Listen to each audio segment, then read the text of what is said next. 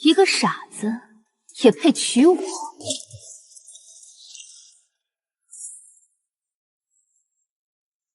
三哥，等我休了这傻子，就嫁你。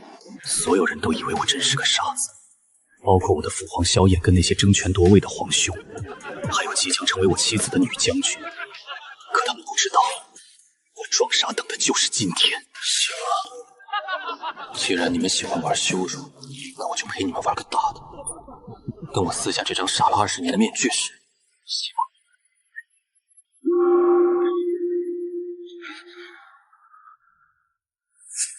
我的新娘沈静是大商朝唯一的女将军，却奉旨嫁给我当朝九皇子，一个痴傻20年的废物。醒了，醒了就起来，别耽误吉时。3岁那年，母亲容昭仪被诬陷于侍卫司托，赐白绫悬梁。我亲眼看着高烧3天3夜，醒来后就成了傻子。宫里人都叫我傻九，谁都能随意欺辱。就是这样一个结巴傻笑的废物，却要娶战功赫赫的女将军，荒唐吗？荒唐就对了。皇帝故意把他指给最不堪的皇子，就是为了打压沈家兵权。还愣着干什么？起来，穿衣服。好冷。进来2个人，给九皇子更衣。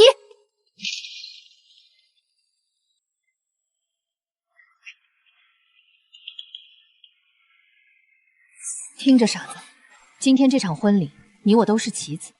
我不想嫁，你也不想娶，但圣旨已下，我们没得选。待会儿拜堂，你老老实实跟着我做动作，敢出一点差错，我就让你知道什么叫生不如死。挺红红的。有意思。这就是萧默，一个在深宫里挣扎求生20年的傻子。但现在，我也是全新的萧何。3日之间，我已摸清这深宫局势，看透这屈辱婚事。地狱开局，但我喜欢，因为越是这样，打脸的时候才越爽。殿下，吉时到了。傻九出来了，沈将军真是倒了8辈子血霉。听说沈将军的心上人是3皇子，这下可好，被指给个傻子。小声点，让人听见。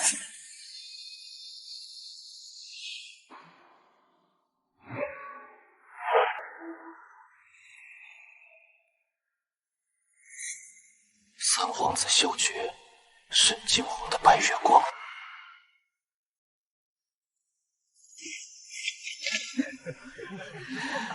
吉时已到，新人拜堂，一拜天地。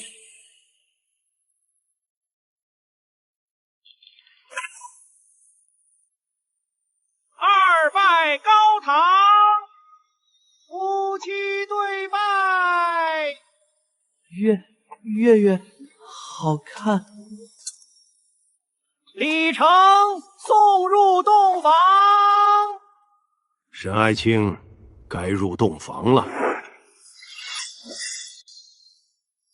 九殿下，你知道什么叫夫妻吗？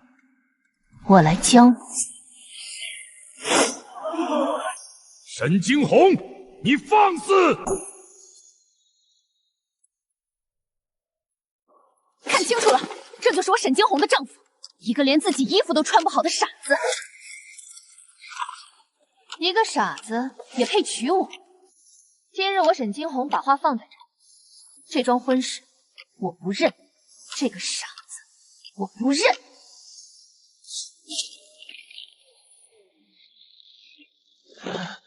沈爱卿，婚事已定，岂容儿戏？今日你累了，先回府休息。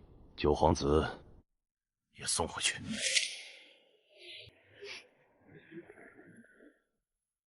三哥，等我休了这傻子，就嫁你。真甜，这荒唐的世道，这虚伪的亲情，这群自以为是的蠢货。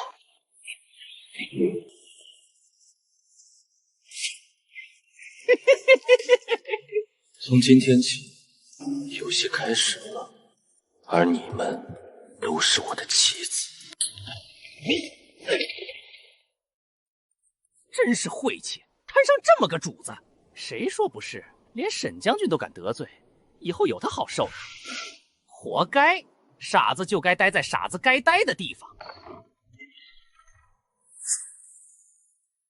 皇帝萧衍在位23年，膝下9子，太子萧瑾性格懦弱，二皇子萧瑜才华横溢，在文臣中声望很高，三皇子萧决，也就是沈惊鸿的白月光，是皇位最有力的竞争者，而我九皇子萧默，一个傻子。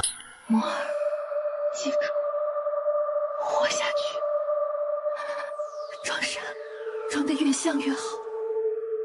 只有你傻了，他们才会放过你。这20年，我挨过打，受过辱，吃过馊饭，睡过柴房，皇子把我当狗耍，太监宫女也能随意欺辱，但我都忍了，因为活着才有机会，而现在机会来了。殿下，殿下您没事？疼？殿下不哭，奴才扶您进去上药。殿下，沈将军他怎么能这样？您再怎么说也是皇子，他怎么能当众？红不喜欢我，不喜欢也不能这样啊！您是陛下亲封的九皇子，他这是欺君。殿下，您饿不饿？奴才去御膳房看看，能不能讨点吃的。先养好肋骨的伤势，再摸清皇帝、沈惊鸿等人的动向，最后从细微处循序渐进地展现自己不再痴傻的改变。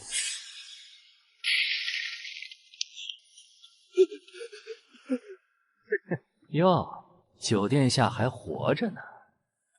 陛下有旨，九皇子萧默大婚之日行为失宜，冲撞将军，罚禁足寒洛院3个月，月俸减半，每日抄写《孝经100遍。禁足方便养伤，罚俸无伤大雅。抄书正好练字，恢复握笔能力。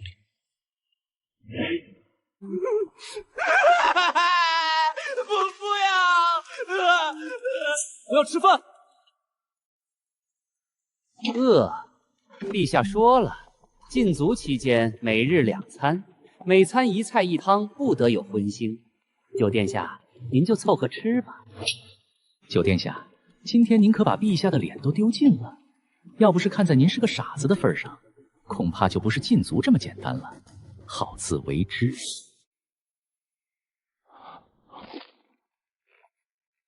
吃饱了，才有力气报仇。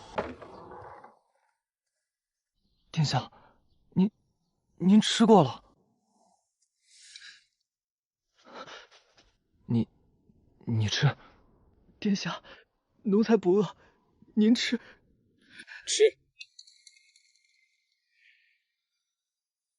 寻找木板固定骨折的肋骨，告前补充营养。明天派安顺去打探宫里的动静。抄写《孝经》时1比1画写工整，说话稍微流利，缓慢地展现改变，像温水煮青蛙一样，让周围的人慢慢适应。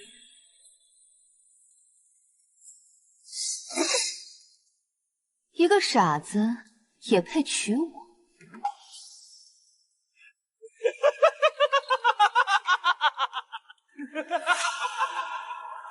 属于萧恒和萧默结婚，新人生正式开始了。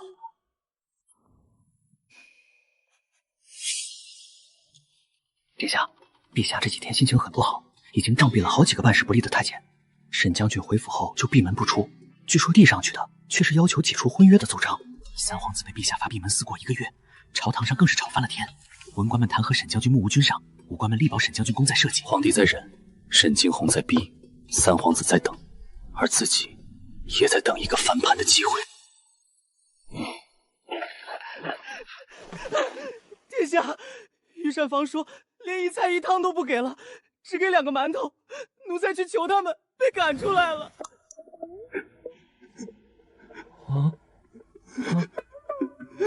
为什么？底下人克扣罢了，正好给了我一个机会。说是陛下的意思。殿下，这样下去您会饿死的。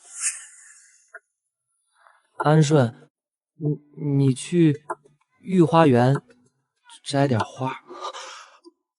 摘花？殿下，御花园的花不能乱摘。我饿。前世调香的经验，加上这不能乱摘的花，我的第一桶金有了。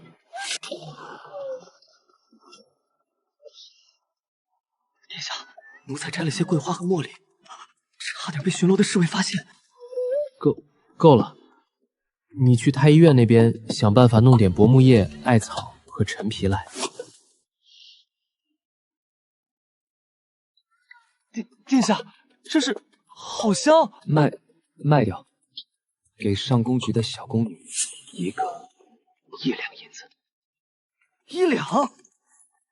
殿下，这太贵了，普通的香囊才几10文。不贵，独一无二。殿下，卖出去了。上宫局的翠儿姐姐闻了闻，直接买了2个，后来其他宫女也来抢，5个一下就卖光了。翠儿姐姐问还有没有，说有多少要多少。明天再做。你晚上去御花园，多摘点。好。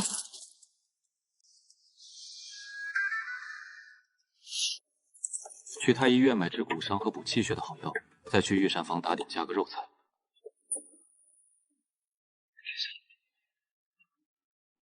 您真的不傻？我从来没傻过。3岁那年，我娘死前告诉我，要装傻才能活下去。我装了20年，现在我不想装了。殿下，您受苦了。这些话烂在肚子里，在外人面前，我还是那个傻子九皇子。奴才明白，奴才就是死也不会说出去。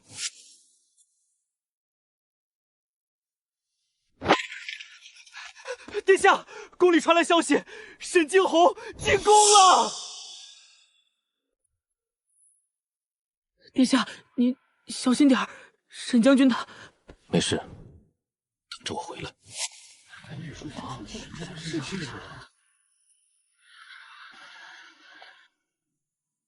臣沈惊鸿叩见陛下。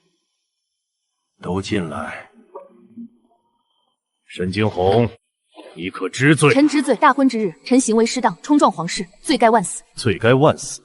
朕看你活得挺好。臣愿交出兵符，自请戍边，只求陛下解除臣与九皇子的婚约。萧默，抬起头来，你恨朕吗？红不喜欢我，就不要红喜欢三哥。他说休了我就嫁三哥。九弟，休要胡言！红说的我听见了。沈惊鸿，你当真说过这话？臣说过。好，很好。朕的皇子在你眼里就是可以随意挑选的货物。臣不敢，臣只是心有所属，情难自禁。心有所属？那朕问你，若朕非要你嫁给九皇子呢？君要臣死，臣不得不死。但嫁娶之事关乎一生，臣宁愿死。罢了，既然你不愿，朕也不强求。但婚约已定，天下皆知。若轻易解除，皇室颜面何存？这样吧，3年之内，若你们依旧无法相处，届时再议解除婚约之事。退下吧。陛下，退下！臣遵旨。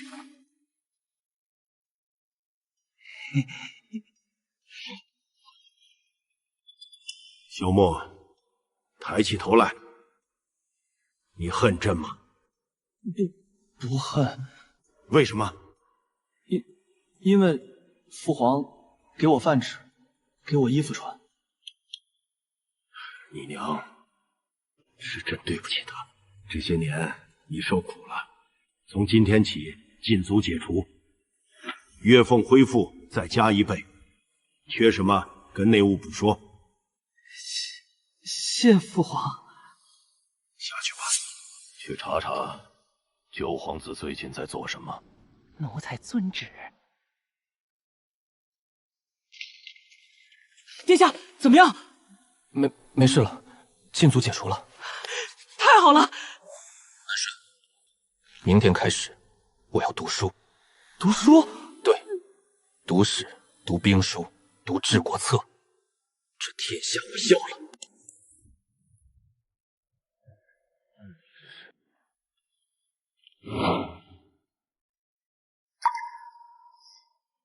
哟，这不是九弟吗？怎么禁足结束了？不在你那寒露院待着，跑这儿来干什么？读书，父皇说要读书。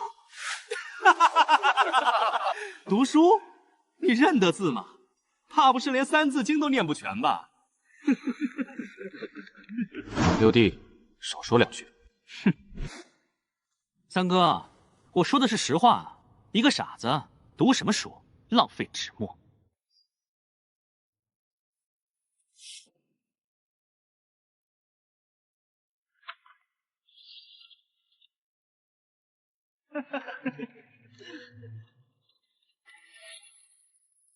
你看他翻那么快，能看懂才怪。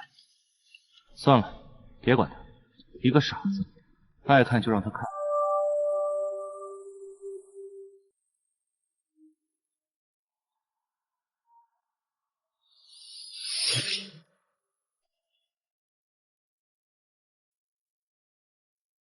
九殿下，您看得懂吗？不懂，但好看。九殿下，昨天看的那本《战国策》看到哪儿了？奇策，能说说讲了什么吗？那个还是有些不通啊。罢了，能读就是好事。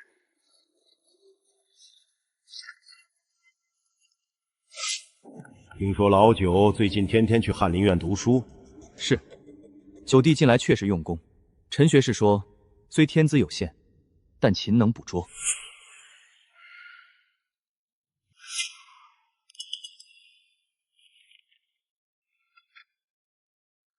结余500石。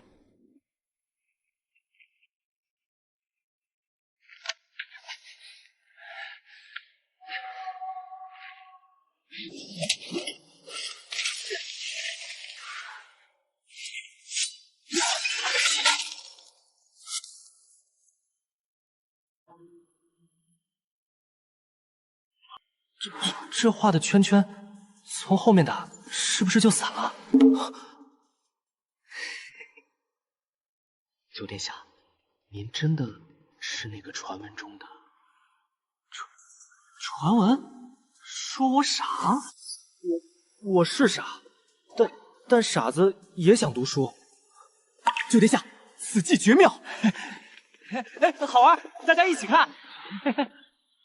殿下，若论这粮草调度，哇，真厉害！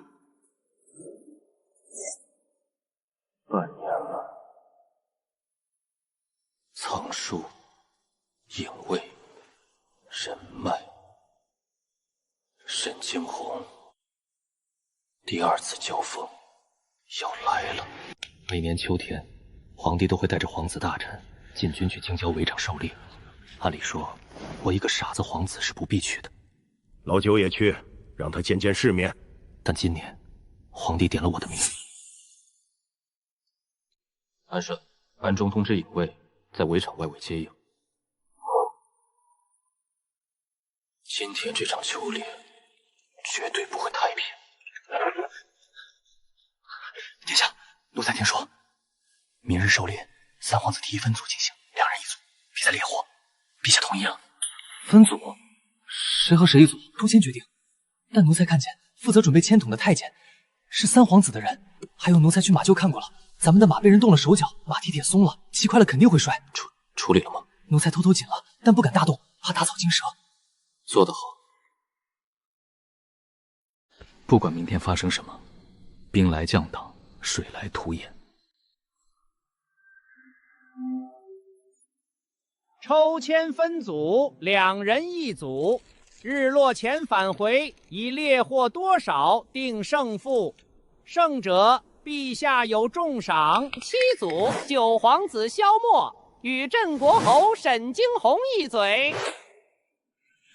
这下有好戏看，沈将军会不会直接宰了那傻子？既是天意，便如此吧。沈爱卿，照顾好九皇子。臣遵旨。待会儿跟紧我，别乱跑。要是死了，别怪我。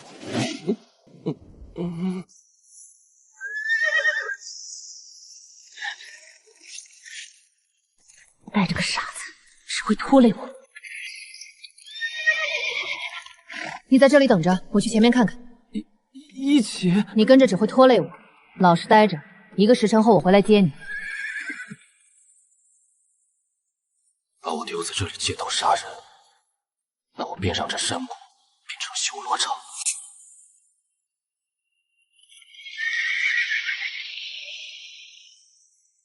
人呢？沈将军说把他丢在这儿。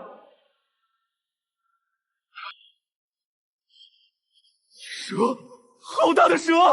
胡说什么？是的，放蛇，朝我来了！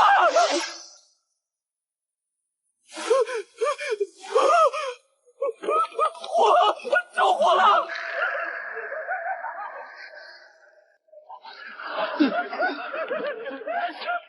不好，这山谷有问题，快退！谁在说话？三哥，有鬼！九弟，你怎么？那边有白影！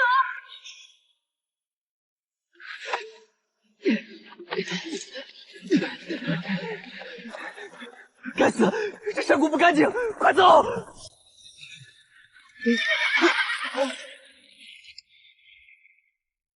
怎么回事？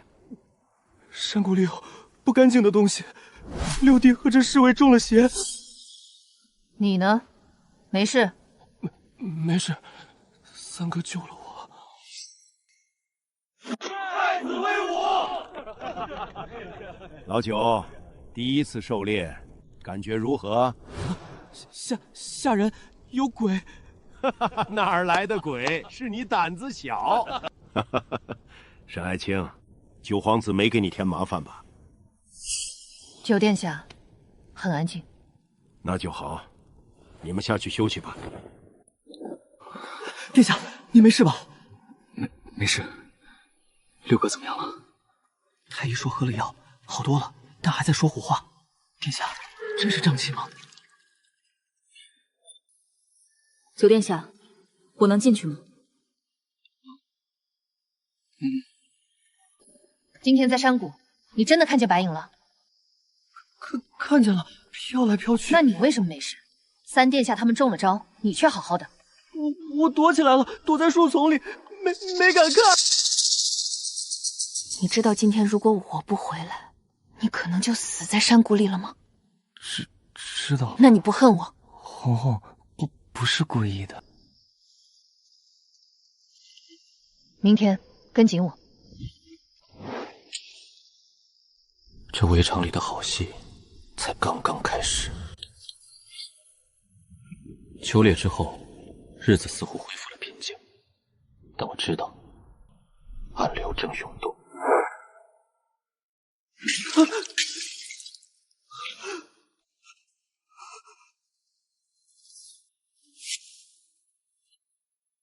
那天山谷的事绝不简单，继续查，不要放过任何蛛丝马迹。他不再像以前那样赤裸裸的厌恶，他在观察我。这个字应该这样写。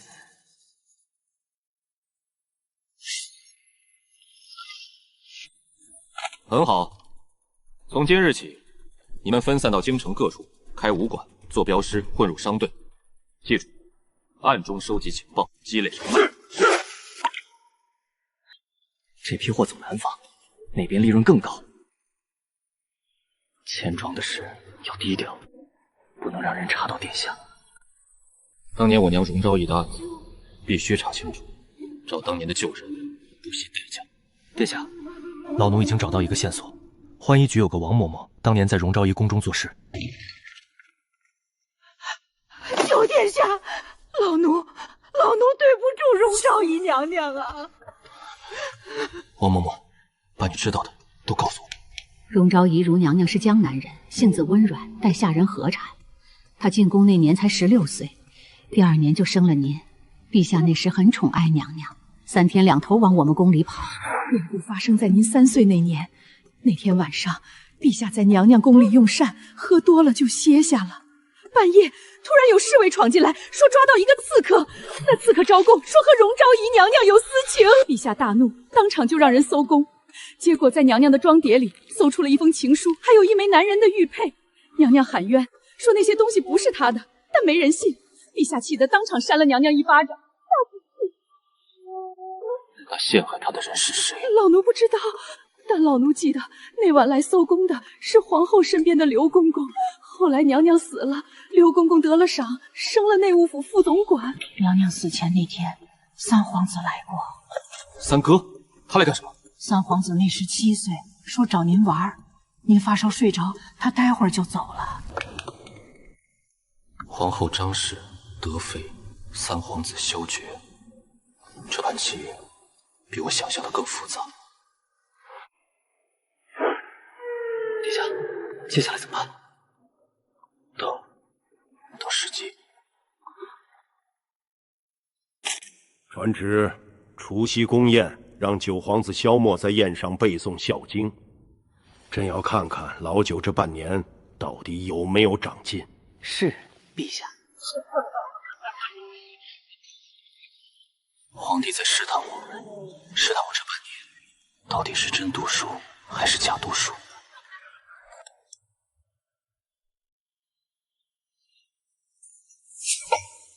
老九，儿臣在。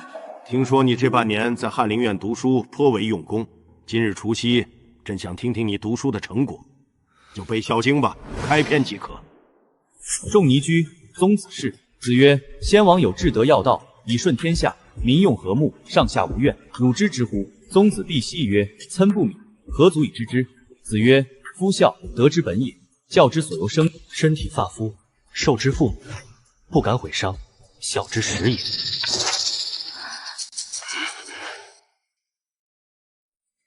父皇，儿臣就会这些。谁教你的？陈学士，还有自己背。你能看懂？慢点看，能懂一些。陛下，臣有一事不解。说。9殿下既能背读《孝经》，说明神智已清明不少。那之前20年是真傻还是装傻？装傻？我为什么要装傻？因为要活命。9殿下，您说呢？活命？谁要杀我？好了，沈爱卿，老九刚好转些，你别吓着他。老九能读书了是好事，从今日起月俸再加1倍，多买些书，好好读。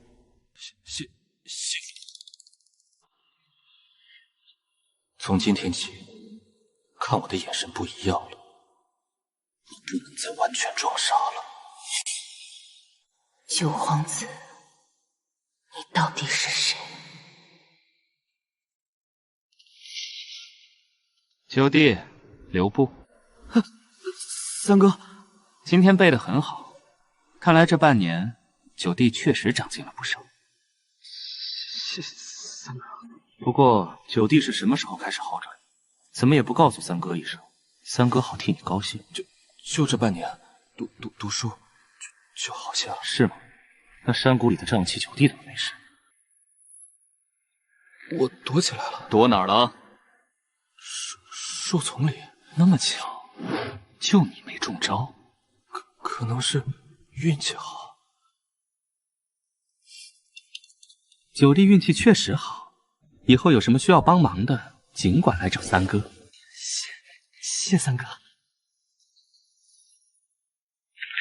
三皇子起疑了，不止他，沈惊鸿、皇帝，甚至其他皇子都起疑了。接下来我要更加小心，但同时也要开始加快步伐，因为留给我的时间不多了。开春后，朝廷发生了几件大事，北境突厥屡屡犯边，皇帝除夕后积劳成疾，病重难愈，太子监国却优柔寡断。二皇子与三皇子趁机揽权，楚魏之争白热化。九弟，听说你最近读书很有心得，我这里有些奏折不太明白，你帮我看看。朕在要钱，小匪要兵，太子哥哥要钱和兵。九弟说的对，那依你看，钱从哪儿来，兵从哪儿调？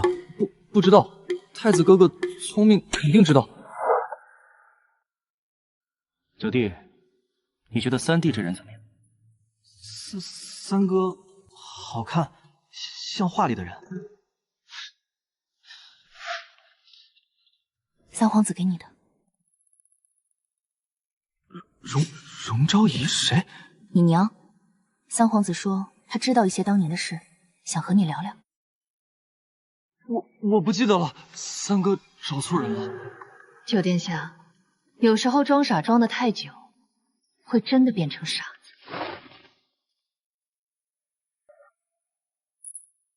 叶无痕训练的怎么样了？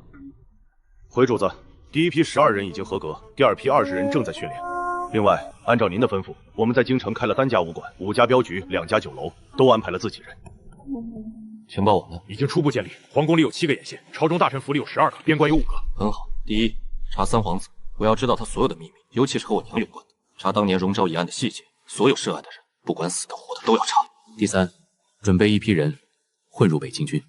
北境军，主子是想天下将乱，手里有兵才能活命。沈惊鸿的沈家军是精锐，但只听他的。我要有自己的军队，哪怕只有几千人。属下明白。殿下，不好了，陛下晕倒了。什么时候的事？半个时辰前，在御书房批奏折时突然晕倒，太医都去了，现在还没醒。皇帝晕倒了，楚魏之争要提前了，朝堂要大乱了，而这是我的机会，浑水才好摸鱼。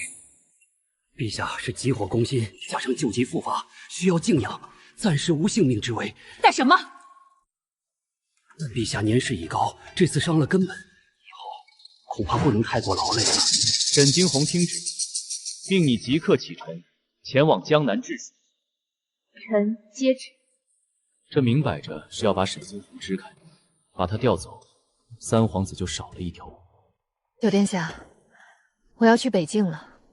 哦，那一路小心。你留在京城，小心些。有些人比你想象的更危险。谁？这是我沈家的信物，如果在京城遇到危险，拿着它去城东沈氏铁铺，那里的人会帮你。为什么？我也不知道，也许是因为你娘。荣昭仪娘娘是个好人，当年我随父亲进宫，她很温柔，给了我一块点心，还夸我像男孩子一样精神。现在看到你，总觉得该做点什么。谢谢。不用谢，我走了，你保重。九殿下，你真的不记得以前的事了吗？也好，有时候记得太多，反而痛。殿下，沈将军这是……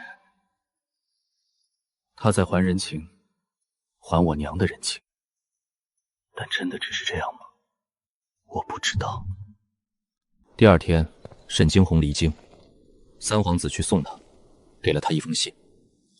他走后，二皇子和三皇子的争斗从暗处摆到了明处，太子夹在中间，左右为难，权威日减。而我这个刚好赚的九皇子，成了双方都想拉拢的对象。我都收了，但都不表态。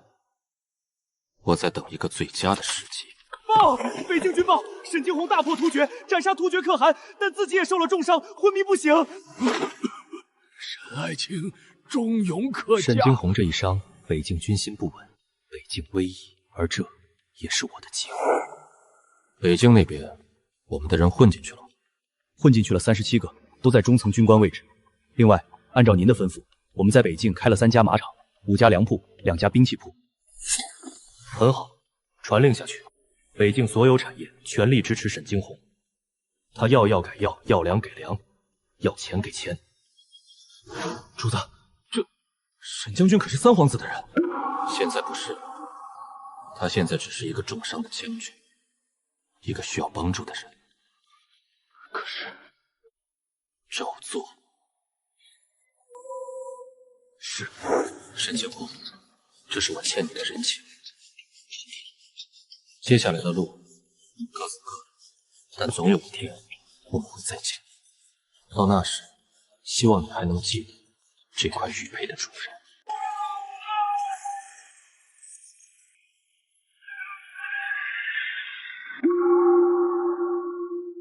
父皇重伤昏迷，儿臣立罪救救兵部侍郎王德海，挂帅出征。王德海只会纸上谈兵，依我看，禁军副统领赵刚才是领兵救援的最佳人选。殿下，再这样吵下去，北境就完了。听说突厥人烧杀抢掠，边民死伤无数。吵不了多久。为什么？因为有人要出手。传朕旨意，封三皇子萧决为平北大将军，即刻领兵5万统筹粮草军需。令二皇子岳父严嵩监国理政，但重大决策需张太后用意。岳父大人，粮草之事务必多寻借口拖延，绝不能让他风光大盛。主子，三皇子的大军明日出发，但粮草只到了一半。10天？突厥人可不会等10天。严尚书说，剩下的要等10天。另外，我们的人从北境传回消息，沈将军醒了，但伤势很重，至少半年不能上马。知道了。有误，我们北境的人手现在能调动多少？算上混进军队的37人，马场、粮铺、兵器部的护卫，总共能集结200人左右。200人，够用。突厥参个机部现在占领了这2座城，他们的粮道必经这片山谷。主子的意思是，劫粮不需要应聘，烧了就好。突厥人粮草一断，军心必乱。三皇子的5万大军赶到时，正好可以捡个便宜。可这样一来，功劳就归三皇子。功劳归谁？北境要能乱，沈家进攻重伤，是你群龙无主点。如果三皇子再败坏，北境那就真的守不住。主子仁慈，而我需要时间。属下这就去安排。等等，劫粮之后，让我们的人故意留下一点痕迹，沈家军的痕迹。沈家军？可沈将军重伤，沈家军现在各自为战，没人会主动出击。沈将军，北境危矣，望早做决断。劫粮之际，或可一时。想办法送到沈金红手上，要快。是。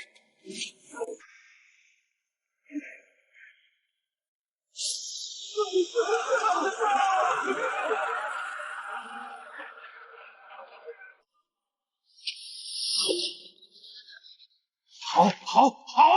突厥粮草被烧，三皇子趁机收复边城。传朕旨意，重赏三皇子。唯有我在暗处冷眼旁观这场由我一手促成的审理。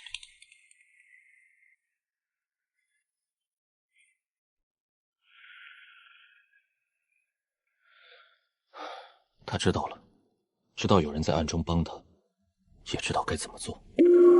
朝堂的平衡正在被打破，而我在等一个机会，一个皇帝驾崩，或者至少彻底无法执政的机会。这个机会在2个月后来了。陛下，恐难熬过今夜。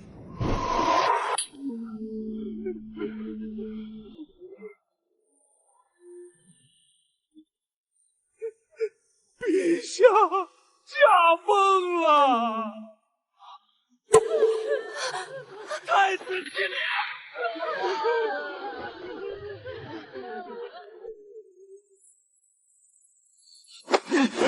遗诏呢？父皇的遗诏在哪里？陛下临终前说遗诏在哪里？在传国玉玺的暗格里。请玉玺。慢着，玉玺乃国之重器，岂能轻易请？况且父皇临终前神志不清，万一记错了。二哥，这是什么意思？难道怀疑父皇的遗诏是假的？我不是这个意思，只是事关国本，需谨慎行事。吵什么？陛下刚走，你们就要兄弟续长吗？母后，儿臣只是想请出遗诏，遵父皇遗命。遗诏自然要请。李公公，陛下可还有其他交代？陛下说，玉玺暗则的钥匙在九皇子那里。老九，钥匙呢？我不知道，什么钥匙？德全，说清楚！陛下说，20年前荣昭仪娘娘去世前，陛下曾赐她一枚玉佩，那玉佩的坠子就是玉玺暗壳的钥匙。荣昭仪娘娘死后，玉佩应该传给了酒店。玉佩丢了，被六哥扔了。你胡说什么？我什么时候扔你玉佩了？就在御花园那年，我7岁。那么久的事，谁知道你说的是真是假？怎么打开？打开。非常之事，行非常之事。请玉玺。打。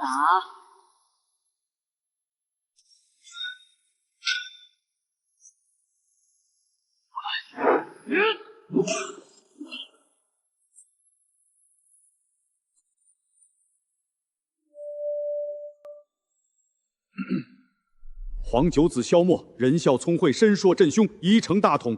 诸皇子大臣当尽心辅佐，共保江山。钦此。假的，这遗诏是假的，父皇怎么可能传位给一个傻子？对，一定是假的。李德全，你好大的胆子，竟敢伪造遗诏！九弟，你真是好手段啊！父皇让我当皇帝，不可能！李德全，说这遗诏到底怎么回事？奴才不知，奴才只是按陛下遗命行事啊！拖出去，严刑拷打！慢着，遗诏是真是假可以慢慢查，但国不可一日无君。现在最重要的是遵遗诏，新皇登基。母后，闭嘴！是想抗旨吗？儿臣遵旨。儿臣遵旨。儿臣遵旨。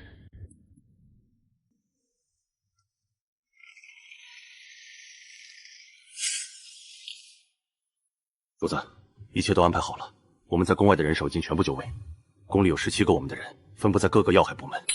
安顺呢？安排在御膳房，暂时安全。好，接下来我要你做3件事，请主子吩咐。第一，查清楚遗诏的真相，到底是谁伪造的，目的何在？第二，查我娘当年的案子，所有证据，所有相关人员一个不漏。第三，联系北境的沈惊鸿。沈将军，他现在重伤未愈，而且他是3皇子的人。以前是，但现在他欠我一条命。我想知道他是选择报恩，还是继续效忠3皇子。把这封信带给他。原来如此，去吧，小心行事。我知道这个豪华的宫殿危险百倍，我必须步步为营，错一步便是死局。江南发大水，要钱。皇上说的对，是要钱。户部拟拨50万两，皇上觉得如何？50万，好多钱，能买好多馒头。皇上，50万两是赈灾之用，不是买馒头的。哦，那好吧。皇上用印吧。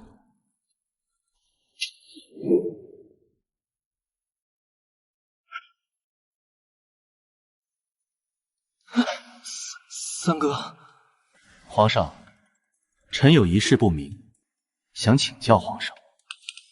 什么事？关于遗诏，皇上真的不知道玉佩钥匙的事？不知道，玉佩丢了。是吗？可我听说荣昭仪娘娘当年确实有一枚玉佩，是陛下所赐，但玉佩不是钥匙，而是兵符，半块虎符，可调动北境10万边军。你怎么知道？因为我娘告诉我的。德妃，她和荣昭仪娘娘曾经是情侣。20年前，他们同时进宫，同时得宠，但后来荣昭仪有了你，德妃却一直无子。再后来，荣昭仪被诬陷私通，德妃没有为她说话，因为自保。为什么？那时候张太后势大，想除掉所有得宠的妃子，德妃如果帮荣昭仪说话，也会被牵连，所以她选择沉默，眼睁睁看着荣昭仪被死。玉佩是陛下给荣昭仪的定情信物，也是半块虎符，但荣昭仪没用，她选择自己死，换你活。荣昭仪死前把玉佩交给了德妃，托她转交给你，但德妃没有做到，她怕玉佩引来杀身之祸，所以藏了起来，直到去年才告诉我。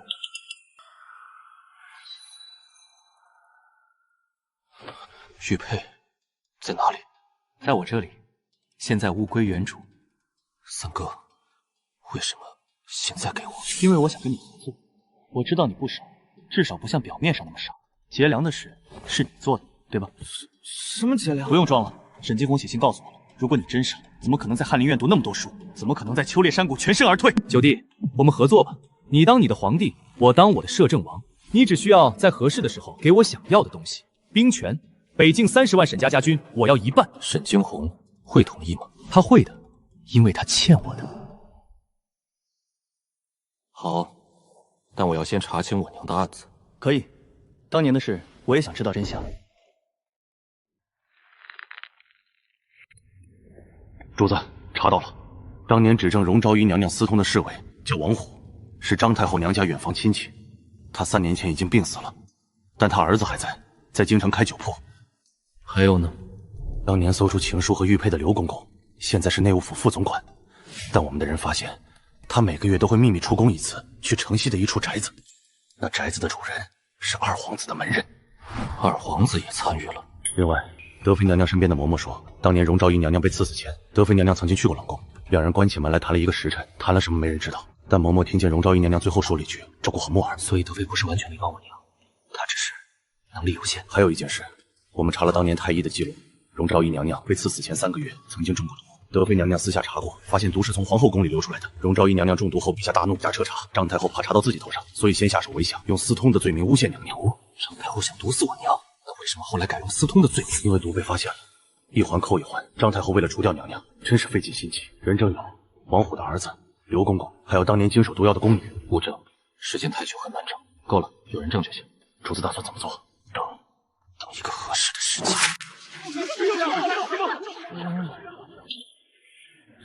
沈将军立功了，要赏，让他回来，朕想见他。皇上圣明，沈将军劳苦功高，理应回京受赏。臣沈惊红叩见皇上。起来吧。皇上，您真的……真的什么？沈将军，坐，我们好好聊聊。您真的不傻？从来就不傻，装的。为什么？为了活命，就像你，明明喜欢三哥，却不得不嫁给我。我们都是在演戏，只是我的戏演了20年。是啊，都在演戏。北境的事，谢谢你。该我谢你。如果没有你暗中相助，我可能已经死了，北境也丢了。所以，你现在欠我2条命，一条是劫粮，一条是支持你收复失地。是，臣欠皇上2条命。那如果我要你还呢？怎么还？帮我做3件事。请皇上吩咐。第一，北境的兵权，我要一半。皇上，北境30万沈家军只听沈家人的命令，就算是我，也不能轻易分出一半。如果是为了天下太平，如果是为了避免内战，太后和太子想掌权，二皇子和三皇子也想。一旦平衡打破，内战必起。到时候，北境的兵是用来保家卫国，还是用来兄弟相残？我要真正的皇权，不是傀儡，不是开政的工具。我要这天下听我的。皇上果然不是凡人。好，我答应。北境15万兵马听您调遣，但有一个条件。说。我要三皇子平安。他虽有野心，但并非恶人。当年荣昭仪娘娘的事，他也一直在查。我知道，我和三哥已经结盟。那就好。第二件事，帮我查清我娘当年的案子，我要所有证据，所有人证。这个三皇子已经在查了，我会配合。第3件事，如果有一天我和三哥反目，你站哪边？臣不知道。没关系，到时候你自己选。皇上，您恨我吗？当年婚礼上我那样对你。恨过，但现在不恨了，因为我知道。谢谢。你也是棋子。沈惊红回京后，朝堂局势更加微妙。张太后和太子加紧拉拢二皇子，三皇子则联合沈惊红暗中布局。我在中间装傻充愣，暗中观察。登基3个月后，时机终于成熟了。臣要弹劾三皇子拥兵自重，图谋不轨。这是三皇子和北境将领的密信，信中赫然写着“清君侧”的字样。胡说八道！这密信分明是你伪造的，意图陷害本王。别吵了，真害怕。皇上，三皇子谋逆，证据确凿，请皇上立刻治罪。胡说！臣忠心耿耿，天地可鉴。都别吵了，朕头疼，退朝。退朝。叶无痕，属下在。都准备好了吗？准备好了。宫外，我们的人已经控制了荆棘守备军；宫内，17个暗桩随时可以动手。北境那边，沈将军的15万兵马已经秘密开拔，3日后可到京城。好，按计划行事。当天下午，宫中突然戒严，张太后以保护皇上安全为由，调禁军封锁各宫门。二皇子带兵控制了软禁在府中，名义上是防止三皇子谋逆，实则是张太后和太子二皇子想趁机夺权。二皇子殿下，这是要做什么？开门！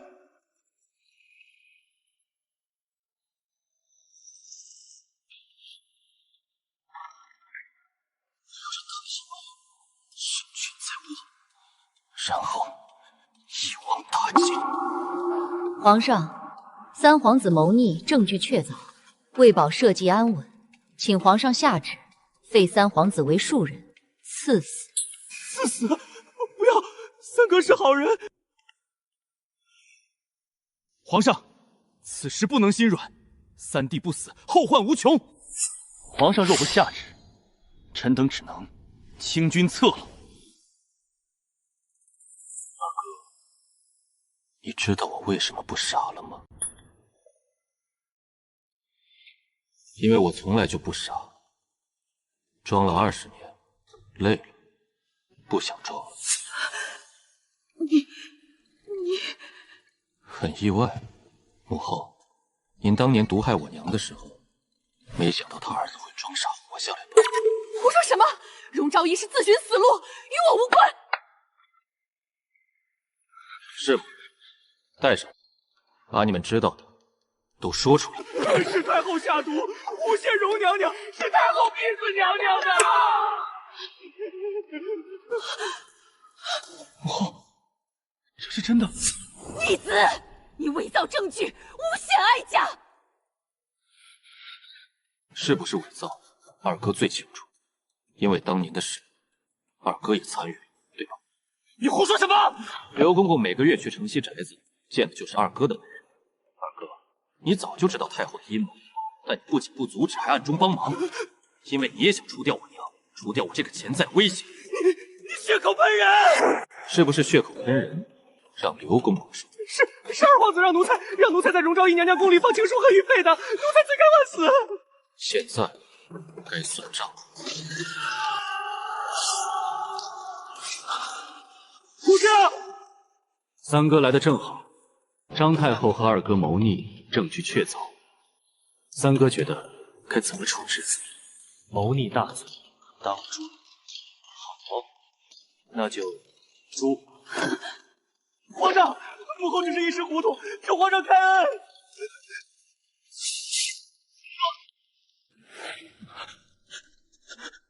至于太子哥哥，你虽未直接参与，但知情不报，纵容母后，废为庶人，终生圈禁。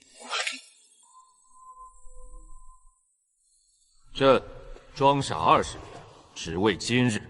从今往后，这天下，朕说了算。皇上万岁万岁万万岁！接下来是我们2个人的战场。张太后和二皇子倒台后，朝堂成了我和三皇子的天下。他有文臣支持，而我手握北境和京城兵权，我们心照不宣，都知道必有一战。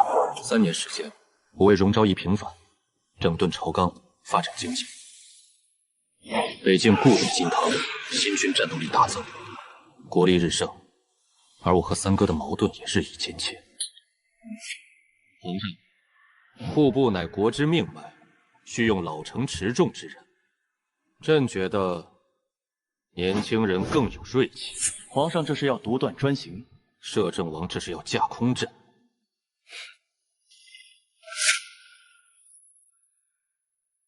决战的时候到了。当天晚上，三皇子调集了2万暗中训练的私兵，包围皇宫，要求我退位让贤。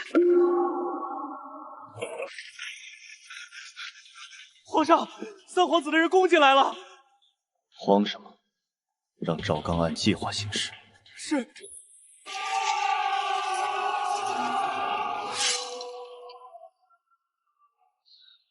九弟，哦不，皇上，该让位了。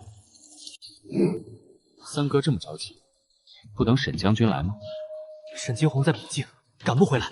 是吗？那你听听，外面是什么声音？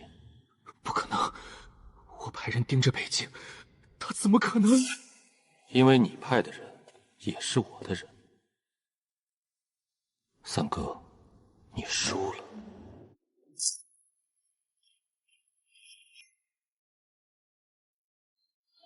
臣救驾来迟，请皇上恕罪。不迟，正好。原来你早就为什么选他不选我？我哪里不如他？三哥，收手吧，你赢不了，因为你心里只有权力，而他心里有天下。臣输。三哥，朕不杀你，你去守皇陵吧，终生不得出。谢皇上不杀之恩。皇上打算怎么处置他？就这样吧，他毕竟是我三哥，毕竟帮过我。皇上仁慈，不是仁慈，是累了。三皇子被废，朝堂既稳，朕这大刀阔斧的改革，总算让百姓安居乐业了。兵马之事，还要多劳烦你。皇上英明，臣定当尽心统下全国兵马。皇上还记得婚礼那天吗？那时我真以为你是个傻子，恨不得杀了你。记得，你当众把我踹下高台。现在呢？现在觉得你是个好皇帝。只是好皇帝。皇上，3年了，皇上不需要用婚约绑定沈家军了。我也想自由，勉强在一起，没有感情，对谁都不好。你想嫁给三哥是吗？自由，嫁给朕就不自由了。你怎么知道没有感情？沈惊鸿，这3年我们一起治国练兵，面对风雨，这只是君臣之情。朕知道你心里还有三哥，如果现在让你选，你会选谁？我不知道。那就慢慢想，婚约可以不解除，朕不逼你。等你什么时候想清楚，告诉朕。回去吧，朕等你答案。皇上。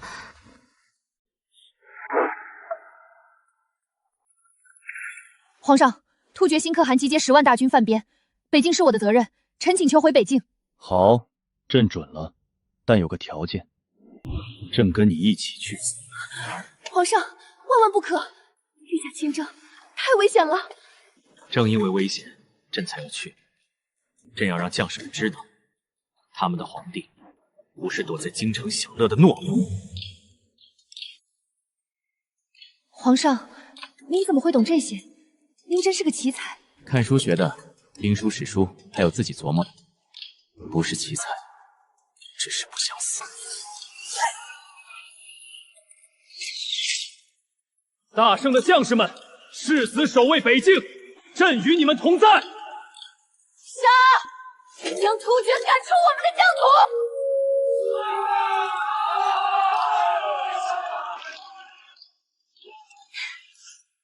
皇上万岁！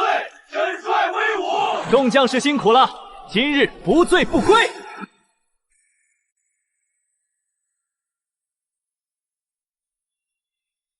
皇上，臣想清楚了。好，